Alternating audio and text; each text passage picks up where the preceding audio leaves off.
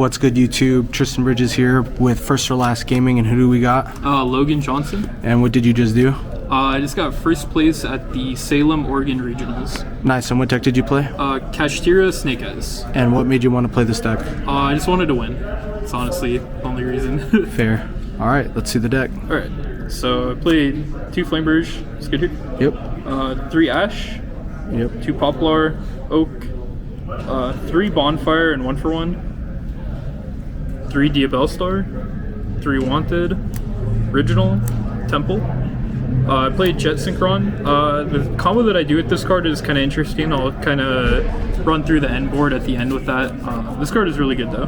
Definitely have to play this card if you're playing Snake Eye. Then for the cash cards, 2 Unicorn, 1 Fenrir, 2 Planet, 1 Birth. These cards were crazy. Honestly would consider maybe playing like another copy of Planet or another copy of Fenrir or another copy of Unicorn. Those are like the best cards on my deck. Then for hand traps, I played 3 Imperm, 3 Veiler, 3 Ash, and then 3 Ogre. This card was bananas. I hit like Nightmare Throne, IP, Appaloosa, Fire King Island. I was hitting like, I didn't do it today, but like you hit the Tempai Field spell. Like this card's absolutely crazy. You can draw it as your 6th card and it's good. If you save it for the right time in the mirror match, you can prevent the OTKs. And then the last card was 3 Talents. I kind of wanted to play 15 hand traps, but the way my side pattern worked, I had to have Talents in my deck somewhere, so it made more sense to just get rid of the 3 hand traps and play 3 Talents in the main, since this is so good going second as well. And I'll show you my side pattern after this as we get there.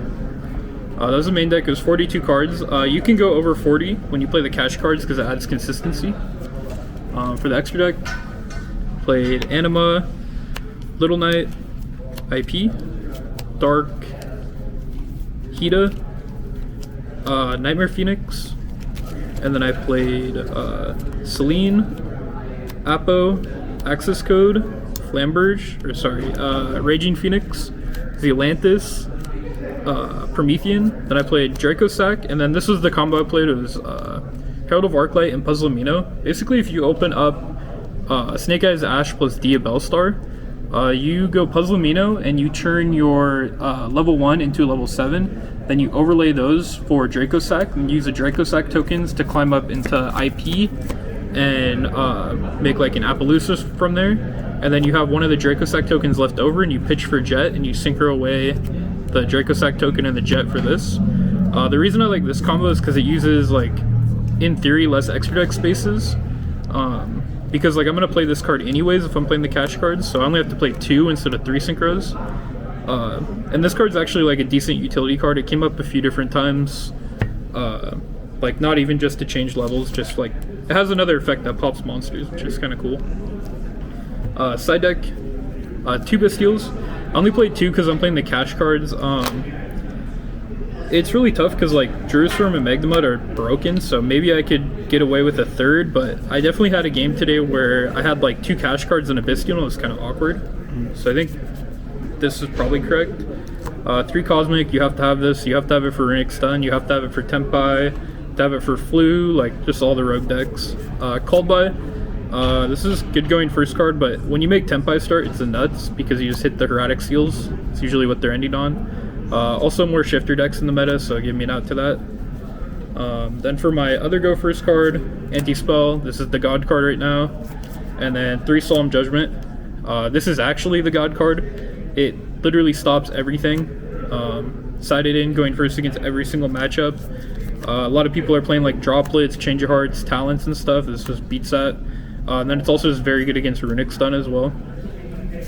And then the part of my side that like kind of altered how I deck built and how I side was 3 Mind Control, Change of Heart, and Snatch Steal. So basically the idea here is in the Snake Eye mirror and against Fire King, I side out all my Veilers, I side out all my Ash Blossoms, and I bring in these, bring in all the take cards, and then I bring in Cosmics. So my deck becomes like a board breaker deck, and I found that this was super broken because it just makes all their talents dead. It makes their crossouts worse. And you don't have to play the mini game where it's like, do you have enough hand traps to beat their hand? Do they have enough counters to beat your hand? Like, I just feel like if I can draw one of these with like a couple of engine cards and like, you know, either a talent or cosmic, like there's just a lot of things you can draw. It just makes the matchup really, really easy. This also makes like Flu a little bit better of a matchup because you can just tick like M-Pen and stuff. And then against Cash, it was ridiculous because I was just like taking their cash cards and activating their effect. Yeah, that's pretty much a list. It's Snake Eye. There's nothing too crazy about it.